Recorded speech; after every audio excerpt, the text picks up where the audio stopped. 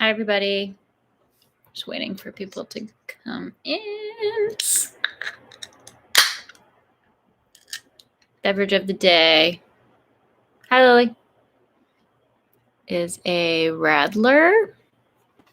If you don't know, it is grapefruit juice in a beer, popular in Austria and the like.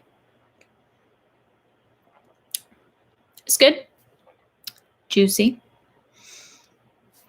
Hi, everyone. Thank you. Keeping it classy. Hi, everybody. We are live here on Instagram and YouTube, if that's your preference. Hello, YouTube people. Today, we are going to cover repotting your plants as like our main topic. And then we will get into some of the questions that you guys submitted. I'm trying to also go back through a backlog from the past like 2 lives. Because we've had such great chats right here in our live with the new questions feature that I really like. So thanks, Instagram. So that I haven't even gotten to some of the questions that y'all asked from the past couple times we've been together. So I am going to talk about your questions that you submitted this week, but I'm also going to start working off of the list from the last 2. So I'm sorry if I didn't answer your question in the past couple lives. I will get to it. I really don't forget. I have them all saved just in case there's crickets in here. What's up?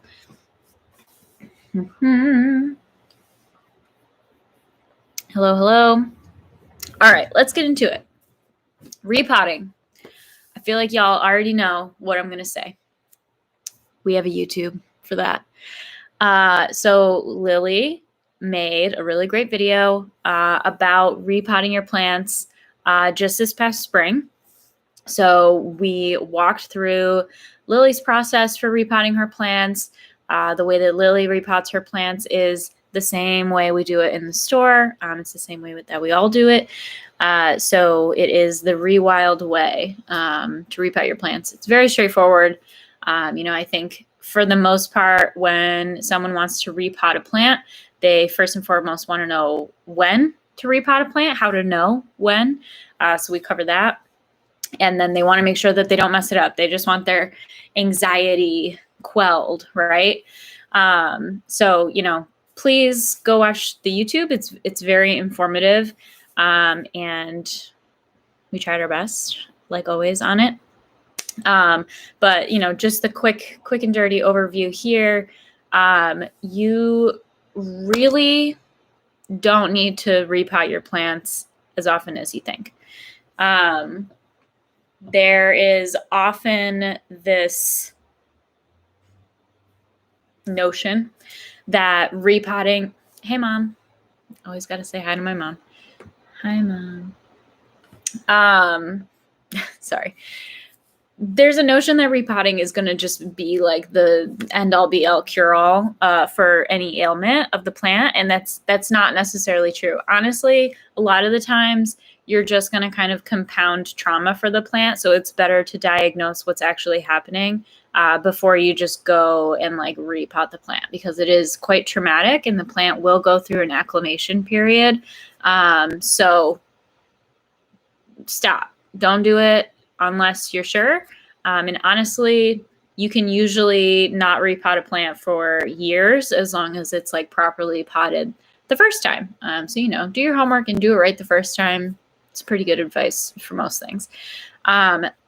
Specifically, you'll know definitely when it's time to repot your plant when it's physically too big for the pot. So typically we want the plant to be 2/3 of the pot size. So if your pot is,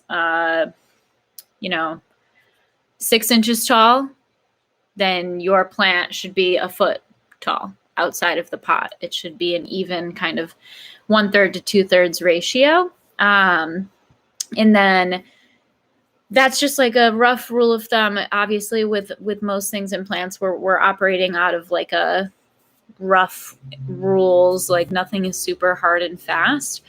So that rule mostly applies to things like cactus or succulents, where they don't really have extensive root systems. So it's not something where you really have to continue to add this like mass to the bottom.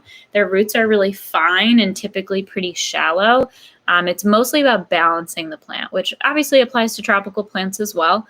But that's kind of like the rule that's most pertinent for those types of plants. Whereas with tropicals, who do have very aggressive root systems, you think in the jungle, there's tons of biodiversity, so they're really fighting for their spot in the jungle floor.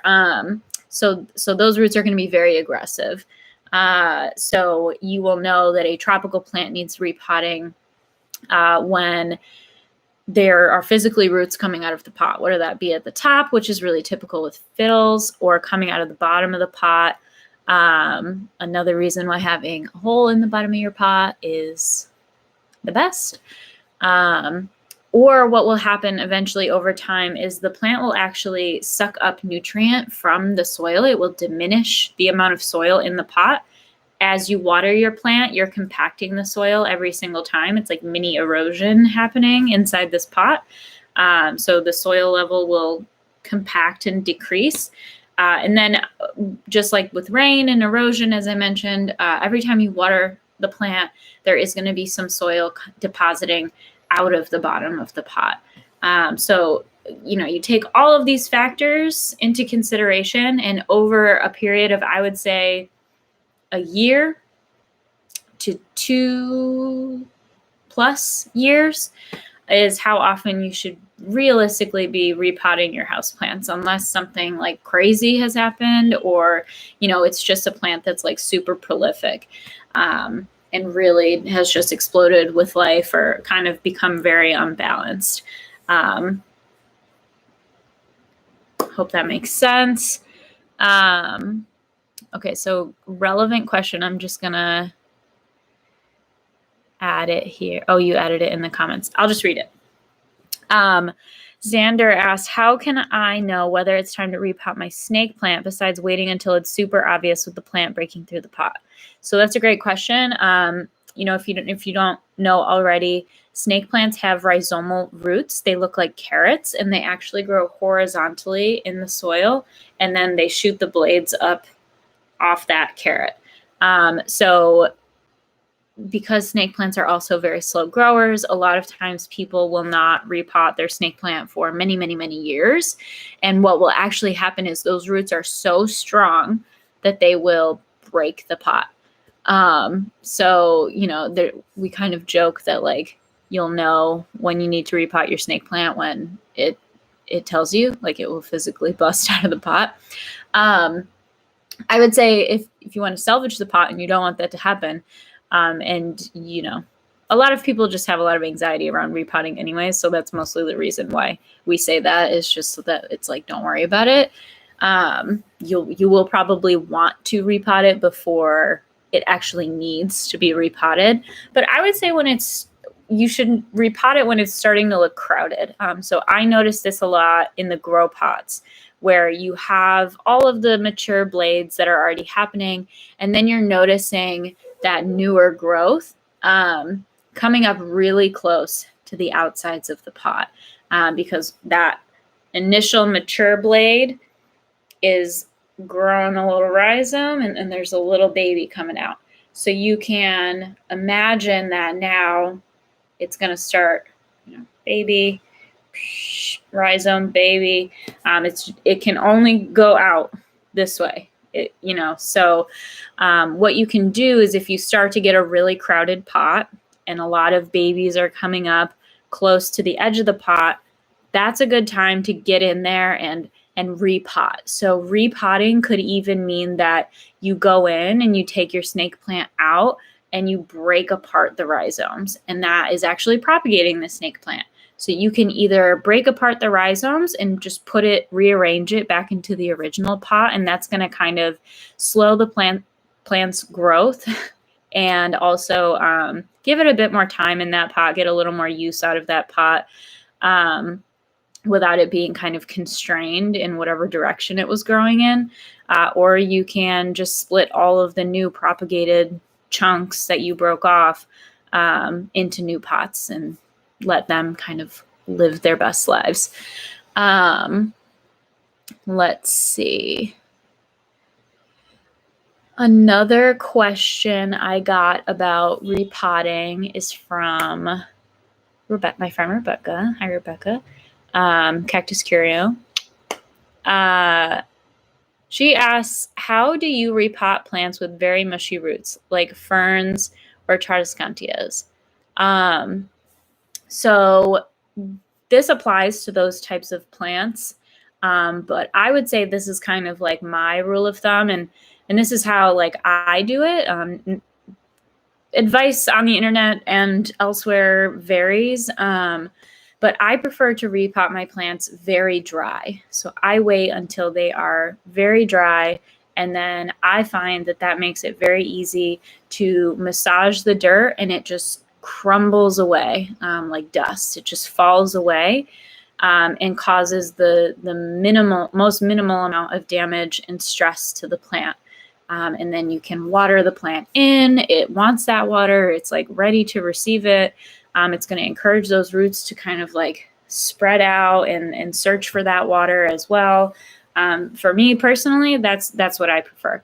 There are some people who will say that waiting that long stresses the plant out.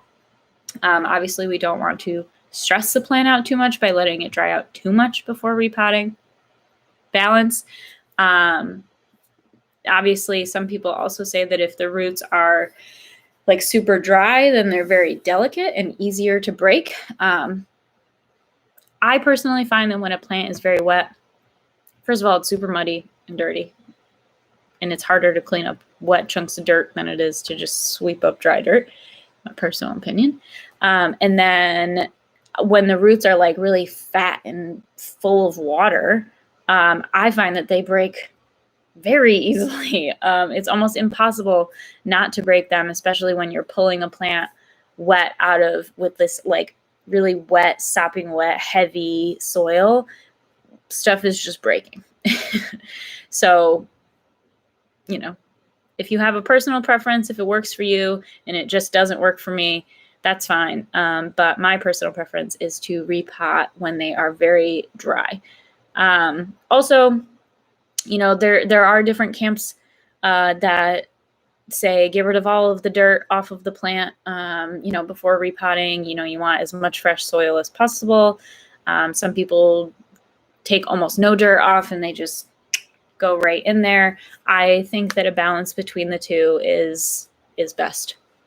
I'm a middle of the road kind of gal in that regard.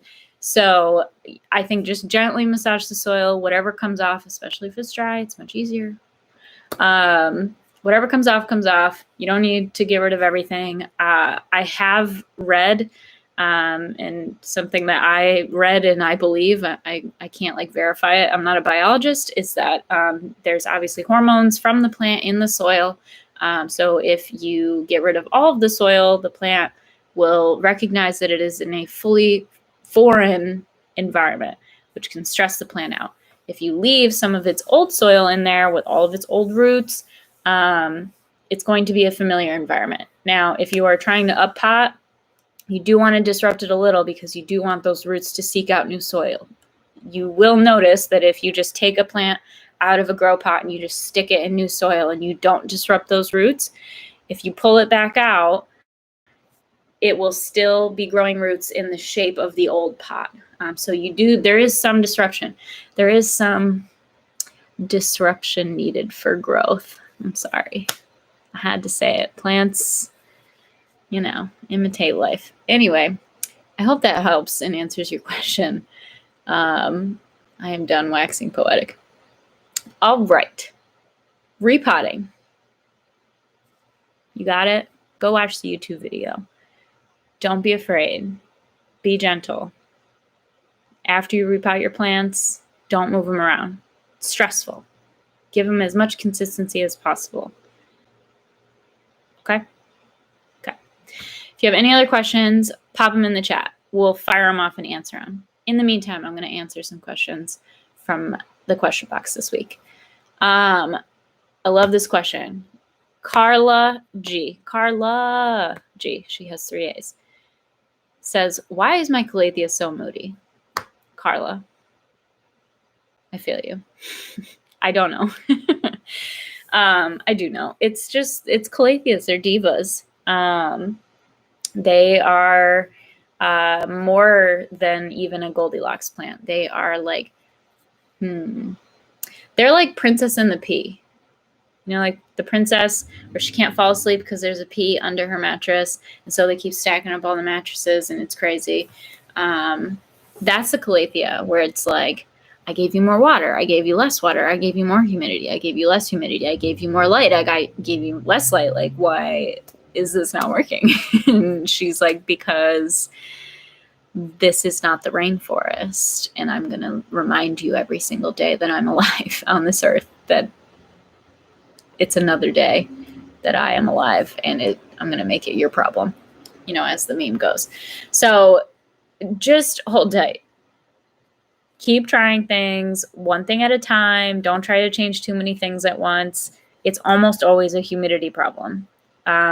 Getting the right balance of soil moisture to humidity ratio to light ratio is critical. You got to like triangulate that because you can't let it get too wet for too long, which although that is a watering issue, is also a light issue. And then once you have it in the right light and you got the watering down, you have to be adding ambient humidity.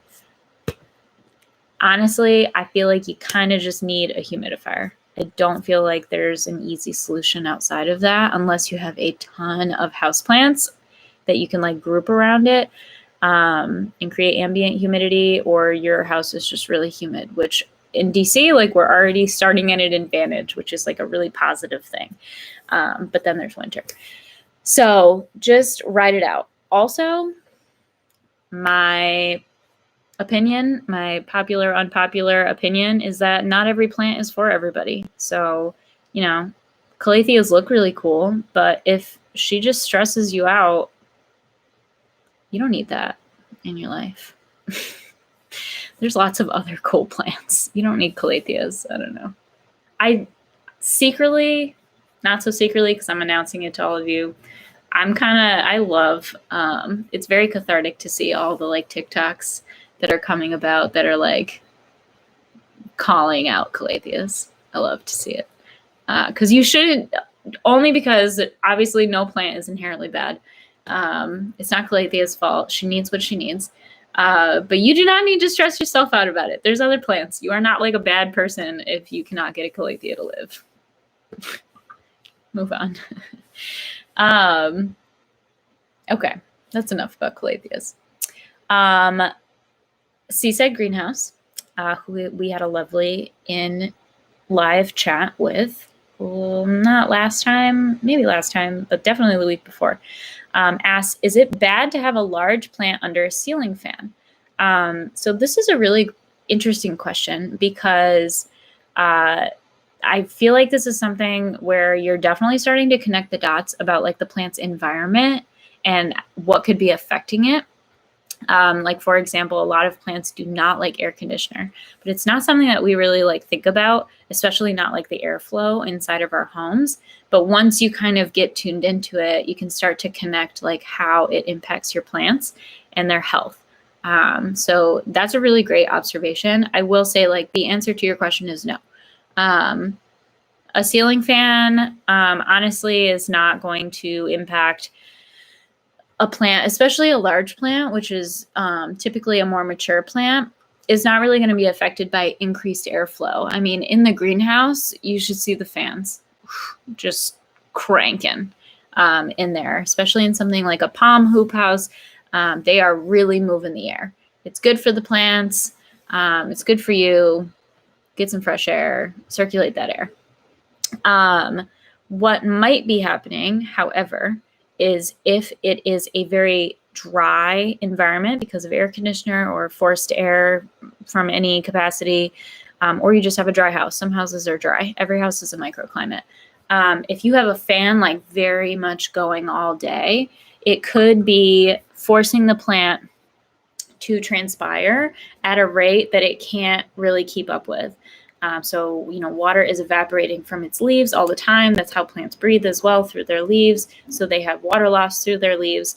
If the plant is like underwatered in any way, or it requires higher humidity, and then you're kind of either underwatering it or it's not getting enough humidity and you got the fan running all the time,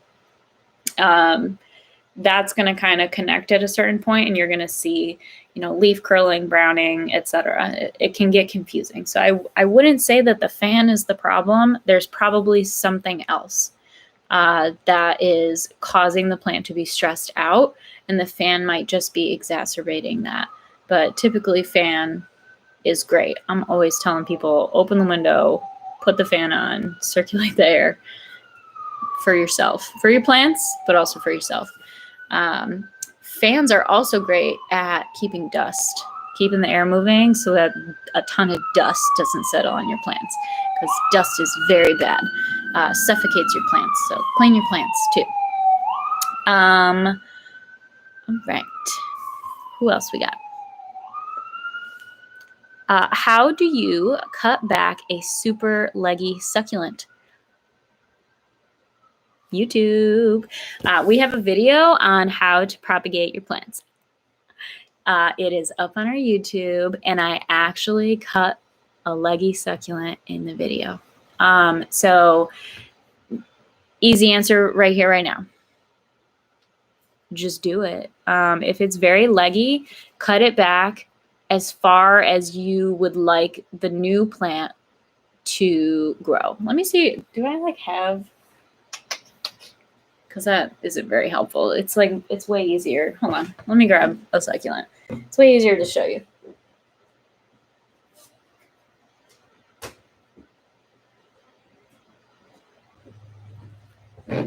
Okay. Ooh, she's falling. Okay. So here is my succulent. This is like baby button or something like that. Look how cute they are. Oh my God, I love this plant. This side faces the window, loves everything. She's full and thick and compact and being great. This side, she doesn't face the window. She's kind of leggy. So what I would do is I would cut it where the leggy section starts. And then, like any plant that you propagate, it's going to encourage that plant to get bushy. So maybe I don't even want it to have a tendril. Maybe I want to cut it all the way back to the soil up here and let it restart, and do a better job of rotating it every once in a while. And then I can take like this tendril and I can cut it up into sections and root each section. And then I literally take a section and I stick it back in the soil. With succulents, you don't even have to root it in water. You can just stick it back in, and just keep making it really full. So that's what I've done here. I've just taken a bunch of cuttings and I keep sticking them back in the top. So that's how you cut a leggy succulent. I explain it a little more in depth and a little clearer in the YouTube video. So check it out. And I hope it's helpful. Goodbye to my succulent plant. All right. So, got a few more minutes. Let's see, what else? Someone asks, my bromeliad is looking sad, droopy, and one yellow leaf. What am I doing wrong? Sounds like you're doing nothing wrong. First question to always ask is, how long have you had it? If you've had it for like less than a month, it's probably just acclimation. Nothing that you can do. Every plant acclimates. Every time they experience a major change, they're going to drop leaves. They're going to freak out. They're going to have yellowing. It's totally normal. Just be patient and consistent. They will bounce back and be fine. And if they don't, that's when you know you have a real problem.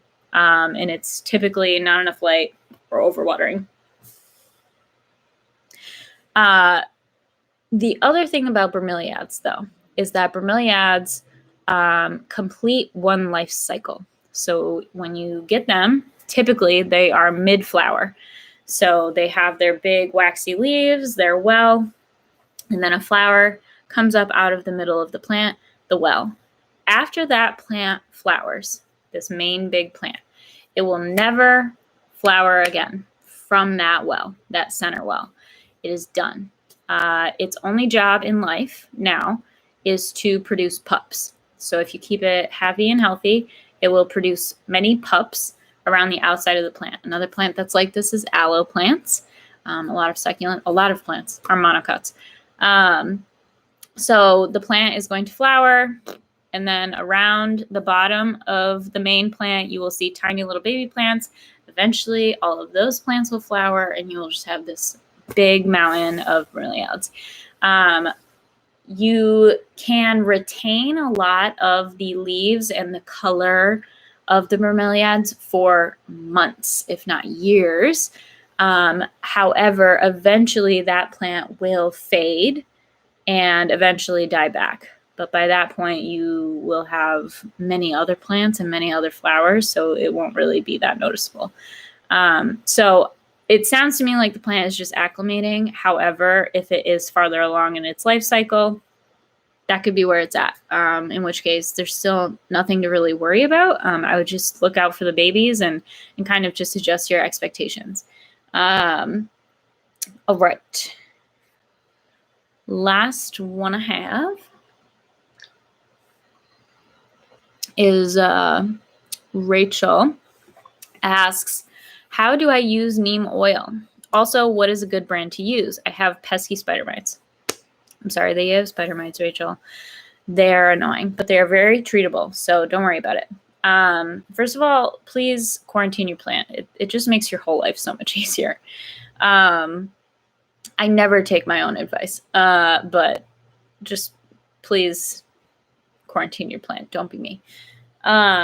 So we in the store use Bonide. Bonide is a very common, easy to find. I would say it's probably like the #1 brand of neem oil that you're going to find.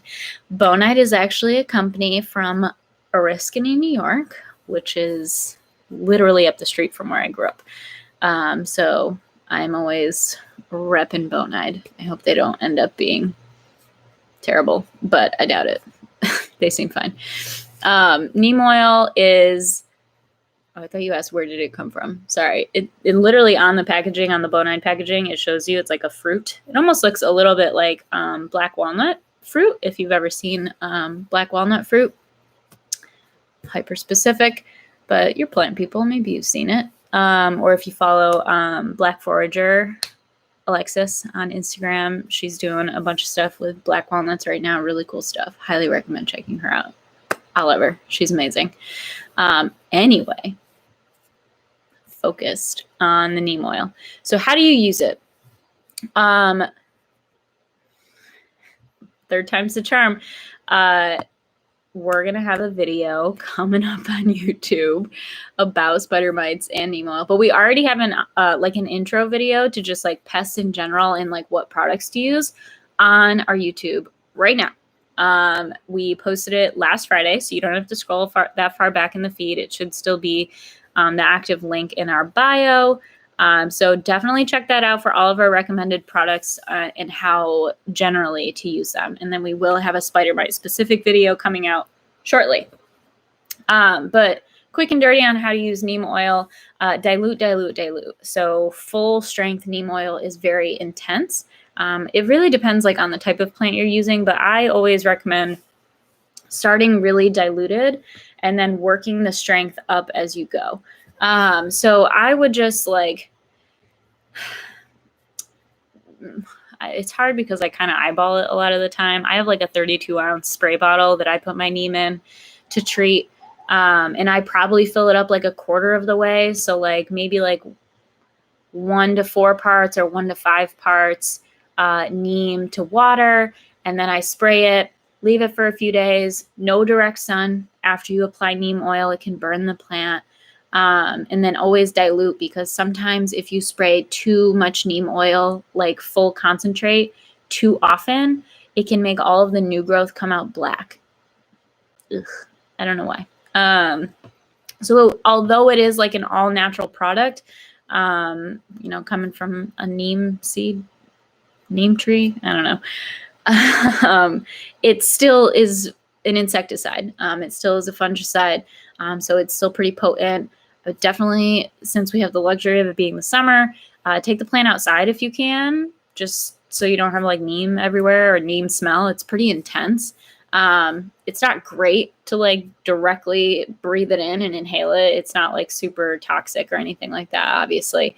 But make sure you don't get any in your eyes. Wash your hands afterwards. And then again, no direct sun for that plant. Give it as much sun as you can. Try to replicate whatever it was getting before. It just can't get any direct sun. After you apply your first treatment, I would just wait a few days. Like medicine, you want to give it a few days to let it kind of see if it's helping. If it's not helping, I highly recommend using a magnifying glass, getting in there, checking under over every leaf, and hopefully it will reduce over time. And you won't have to like up the concentrate or anything like that, but just dilute. You can always use more often. But once you kind of go full strength and you start getting yellowing and browning and the black, new leaves and all that stuff, it's hard to like go back after that point. So start slow, build your way up. Hopefully after a few treatments, especially with a lot of pests, you're kind of trying to kill multiple stages of the pest. So you might be killing the adults first, but they laid eggs. So you want to keep continually doing it for like up to 2 weeks, typically, to like be really sure, especially quarantining the plant. So making sure it's not just hopping from one plant to the other and kind of continuing this like cycle on and on forever. And then hopefully it goes away. I will say for most pests, like they never like really fully go away all the time. A lot of the times you're just kind of managing it and therefore not noticing it, which is really the dream. So that's a good expectation to have, especially like if you just have a few plants, you can definitely eradicate it fully. But if you have a lot of plants, you know what I'm talking about. Yeah, hope that helps. So, I'm so glad. So we just had somebody in the chat say, just wanted to tell you you're right about the frangipani. The existing leaves fell off with the bud pistil, but now it's got new leaves growing. So glad to hear. Frangipani can definitely be stressful. They are not for the faint of heart. They do go through a dormancy period. They're a caudiciform, I believe, or they at least like have a caudex. So I guess if they do have a caudex, they are a caudiciform, similar to like a desert rose, an adenium. They're going to lose leaves. They're going to go dormant. They're going to flower, be all sorts of crazy. Really, really fun plant to have in DC. That is not a plant that I've been able to source and successfully care for anywhere else. I think the humidity here is just really something that they love. But yeah, I'm glad that worked out for you. That's really great news. That was all my submitted questions. We are 4 minutes over our arbitrary time limit. So if there's no other questions, I will bid you adieu. I will bid you a good evening. I hope you all are having a great week and you have an even better rest of your week and weekend. And I will see you next week. Keep an eye out for the question box every Monday, Tuesday-ish. And yeah, we'll be continuing the pest series for the next couple weeks. So we have, I think, like 6 total videos. So every Friday for the next few weeks, we'll be covering a new pest. The intro video is on YouTube right now. So check it out. Please don't forget that we do have YouTube, and it is a great resource that we put a lot of time and effort into. So check it out. Check out the blog, and I will see you here next time. All right. Bye. Bye. Bye, bye, bye.